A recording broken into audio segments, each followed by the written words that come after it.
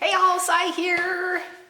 So my friend asked me to make this, which is like a quilt rack shelf thing. So it's like a shelf, but you can hang a quilt off of it. So I'm doing that. Trying to do that. I was working on something else and I had this all glued up and everything and it wasn't going the way I wanted. And then I got to looking at it, it's like, this is perfect for the background part of the quilt rack. So I'm going to use this. And I took some walnut stain and I tried one there and one here, and this one is the one that matches the walnut. So I am going to use that stain and stain it up, but I think I'll cut it to size first. So I ripped that down and I cut it to length.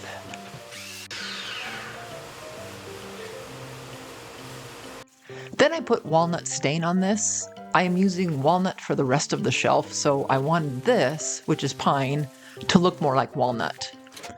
The back side of this is plywood, so I stained that too.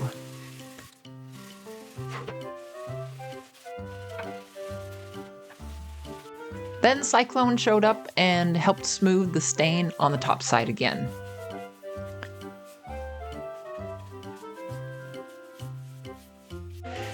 Then I ran the walnut boards through the planer, and I also had some oak boards that I ran through at the same time. I planed those to the thickness I wanted. This whole project I am guessing along the way on how to build it, but I have a pretty good idea of how I'm going to go about it. I had a thick, smaller piece of walnut I thought I could use, and so I marked the center and then I cut it in half with the bandsaw.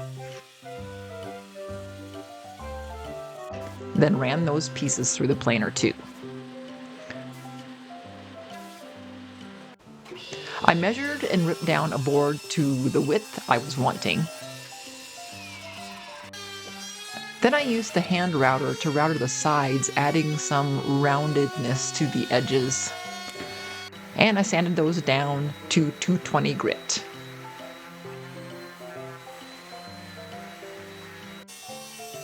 And then I found that I also had to rip down another board.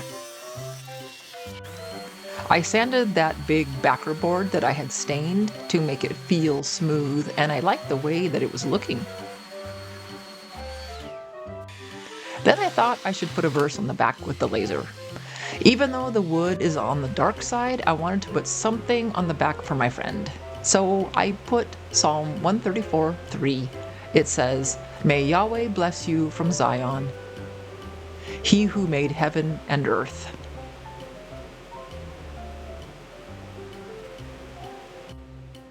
And I think you can see it good enough, even on the dark wood.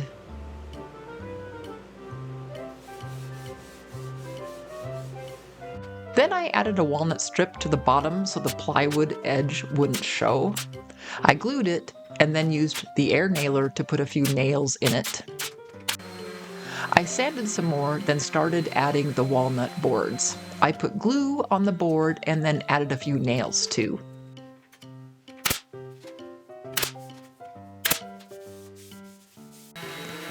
Then I sanded the next board some more. And again on this one, I put on glue and then the nails. And then I flipped it around to add the shelf that goes up on top, the shelf board. I measured to make it as centered as possible, and again I used glue and then some nails. Next was to add the boards that go on the sides. These will also have a hole in them for the dowel to slide into, and since this is a quilt shelf, the quilt, whatever quilt my friend is going to have, will be hanging over the dowel. I marked some areas, then flattened the back side edge with the jointer.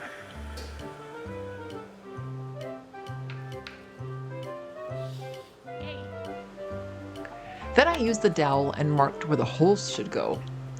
Then drew a shape that was similar to the one I was trying to copy.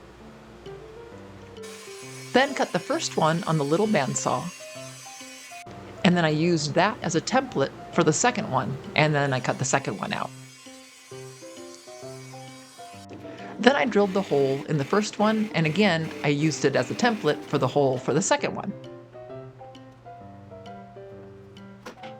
And then drilled that. Then used the hand router again to put that same rounded edge on these end pieces. I had to go check my little chart my woodworking friend Lori shared with me. It shows which way to push the router so it won't jump as you're using it. It shows to go clockwise when doing inner trimming. So I went clockwise on front and back of each hole. Then sanded those down to 220 with the orbital sander and then some hand sanding. Then glued and nailed those into place. Then I added a few screws to make things a bit stronger.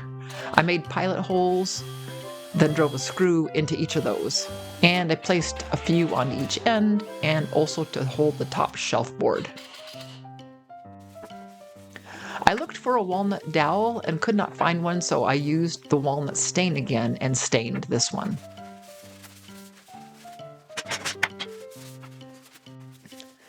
Then I followed the directions for teak finish and applied the finish to the entire thing, which says to flood the whole project with teak oil, wait 30 minutes, and then apply it again, and then wait 15 minutes, wipe it off, and then let it dry.